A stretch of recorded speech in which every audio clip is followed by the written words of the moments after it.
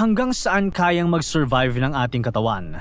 Ayon kay Charles Darwin, ang mga taong may kakayahang mag-adjust at mag-survive sa kanilang kapaligiran ay ang mga pinakamalalakas sa kanilang lahi.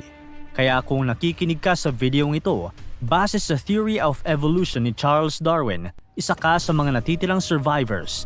Pero ang tanong, hanggang saan nga ba aabot ang survival capabilities ng isang tao? Ano ang mga limits nito? Tara, pag-usapan natin. Magsimula tayo sa pinaka-basic. Gaano katagal bang mabubuhay ang isang tao nang walang kinakain? May ilang factors na dapat i-consider kung gaano katagal kayang mag-fasting ng isang tao. Una, nakadepende ito kung gaano karami ang iniinom mong tubig.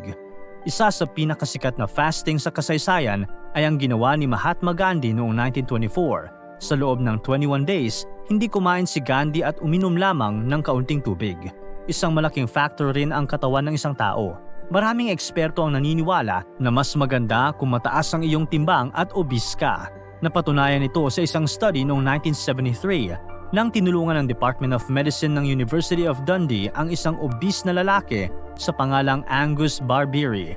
Noong nagsimula sila, may timbang na 456 pounds o 207 kilograms si Barbieri. Sa loob ng 382 days, walang kinain na anumang pagkain si Barbieri at uminom lamang siya ng tubig at ilang mga vitamins. Pagkatapos ng study, bumaba ang timbang niya mula sa 456 pounds papunta sa 180 pounds. Gayunpaman, dapat mong malaman na hindi ito pwedeng gawin ng kahit sino mang obese na tao. Nagawa ito ni Barbieri dahil sa water-soluble vitamins na binigay sa kanya na siyang nakametabolize sa fat stores ng kanyang katawan. Higit sa lahat, ginawa niya ito ng may gabay ng medical professionals. Ayon sa datos, kaya mag-fast ng isang average adult ng 30 to 40 days. Pag umabot na sa 40 to 45 days ang iyong fast, delikado na ito para sa iyong katawan at posible kang magkaroon ng iba't ibang sakit. At kung lalagpas ka ng 45 days, maraming eksperto ang naniniwala na pwede mo itong ikamatay. Kaya naman, napaka-importante na bago magsimula ang kahit sino man ng fasting, kailangan mo munang ikonsulta ang iyong doktor upang masiguro ang kaligtasan mo. Kakaiba naman ang sitwasyon kung tubig na ang pag-uusapan natin. Mas hindi makakapag-survive ang isang tao kung hindi siya iinom ng tubig kaysa sa hindi siya kumakain. Ayon sa datos, kaya makasurvive ng isang tao nang hindi umiinom ng tubig sa loob ng 3 hanggang 4 na araw. Siyempre, may mga factors din na dapat i-consider dito. Kung gumagawa ka ng mabibigat na trabaho o nag-e-exercise, hindi ka tatagal ng walang iniinom na tubig. Habang ginagamit mo ang iyong lakas, bumababa ang blood volume mo na siyang magpapababa rin ng iyong blood pressure. Kung mangyayari ito, kakapal ang iyong dugo sa loob at mas mahihirapan na itong dumaloy sa iba't ibang parte ng iyong katawan. Dahil dito, lalakas ang iyong heart rate upang pilitin na dumaloy ang iyong dugo. Di magtatagal ay mauubos din ang iyong pawis at mas lalo pang iinit ang iyong pakiramdam. Hindi ka aabutan ng isang araw nito kung hindi ka iinom ng tubig. Noong 1979, isang 18-year-old bricklayer mula sa Austria sa pangalang Andreas Mihavex ang nakasurvive ng 18 days na hindi umiinom ng tubig. Nang makulong si Andreas at dinala sa kanyang selda, agad siyang nakalimutan ng mga officers sa presinto. Tumagal pa ng 18 days bago nila maalala ang binata at nang dumating sila sa selda, halos patay na si Andreas. Nakasurvive siya at nasali siya sa Guinness Book of World Records. Subalit sa huli, kailangan mo pa ring alalahanin na ang pag-survive ni Andreas ay halos isang milagro at higit sa lahat, delikado ito at hindi dapat subukan ng kahit sino man. Pero kung ang paghinga ang pag-uusapan, walang sino man ang tatagal ng kahit isang oras lang kung hindi mo ito magawa. Kaya ang tanong, gaano mo katagal kayang pigilan ang iyong paghinga? Ayon sa mga datos, ang isang average person ay kayang pigilan ng kanyang paghinga sa loob ng 30 to 90 seconds. Siyempre, depende din ito sa tao. Maraming tao ang kayang umabot ng 3 minutes nang hindi humihinga, lalo na kung gagamitin nila ang technique na ginagamit ng free divers, ang static apnea. Ginagawa ito sa pamamagitan ng pag-submerge ng iyong ulo sa isang pool nang hindi ka gumagalaw. Tinatawag din itong mammalian diving reflex. Pag nag-submerge ka sa ilalim ng tubig at hindi ka gumagalaw, humihigpit ang iyong blood vessels at mas nagfo-focus ang iyong dugo papunta sa iyong utak at puso at papalayo sa ibang mga organs. Dahil dito, bumabagal ang iyong heart rate at ang bilis ng pagpump ng oxygen. Noong June 2009, na-set ng French freediver na si Stéphane Misfoud ang record sa pinakamataas na static apnea. Nakuha niyang mag-submerge sa tubig nang hindi humihinga sa loob ng 11 minutes and 35 seconds. Noong October 2014, nalagpasan pa ito ni Branko Petrovic nang makuha niyang mag-submerge sa tubig sa loob ng 11 minutes and 54 seconds.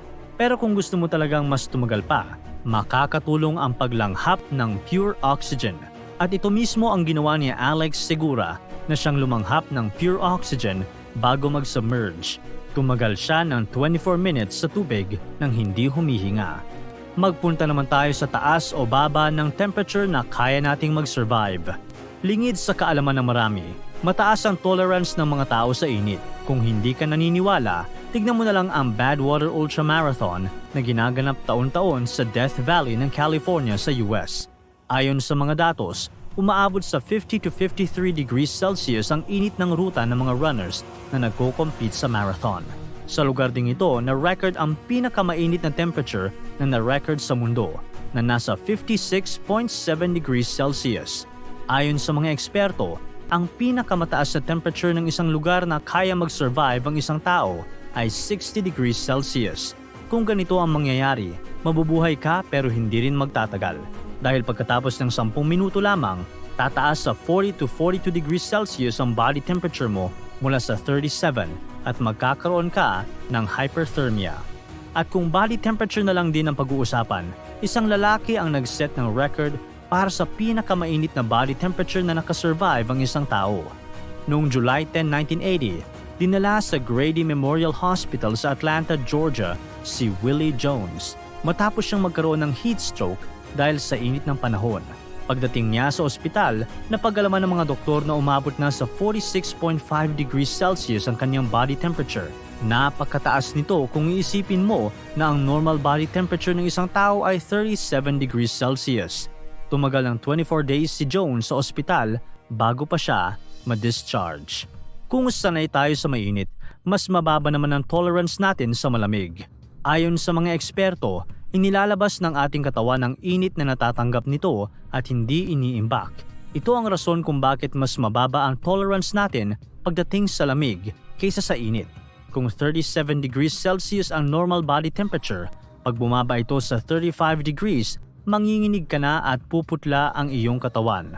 Kung bumaba pa ito sa 30 degrees Celsius, mahihimatay ka na. Pagdating ng 25 degrees Celsius, magkakaroon ka na ng cardiac arrest at pag bumaba pa ito, posibleng patay ka na niyan. Ito ang rason kung bakit nagulat ang lahat nang may isang babaeng lumagpas pa sa 25 degrees Celsius ang temperature at nabuhay. Noong May 20, 1999, isang 29 anyos na babae sa pangalang Anna Bagenholm ang nagpunta sa mga bundok ng Narvik sa Norway upang mag-skiing. Habang pababa sa isang matarik na area ng bundok, nawalan siya ng kontrol sa kanyang skis at nahulog sa isang frozen stream malapit sa isang waterfall. Agad na nabutas ang frozen stream at nahulog si Bagenholm sa ilalim ng ice na may kapal na 7.9 inches. Na-trap siya dito sa loob ng 1 hour and 20 minutes bago pa siya ma-rescue ng kanyang mga kasama. Sa sobrang lamig ng yelo, bumaba sa 13.7 degrees Celsius ang body temperature ni Bagenholm hanggang sa nagka-cardiac arrest siya. Pero hindi namatay si Bagenholm. Ganito ang nangyari. Habang nasa ilalim ng yelo, lumamig ang vital organs at ang utak niya na siyang nakapreserve nito. Dahil sa lamig, konting oxygen na lang ang kinakailangan ng mga vital organs upang mag-function ito ng maayos. Ang pangyayaring ito ang nakadelay ng pagkamatay ni Bagenholm at nang madala siya sa ospital, nakuha siyang i-revive ng mga doktor. Ang nangyaring ito kay Bagenholm ay nakatulong na makadevelop ng bagong medical practice, ang therapeutic hypothermia.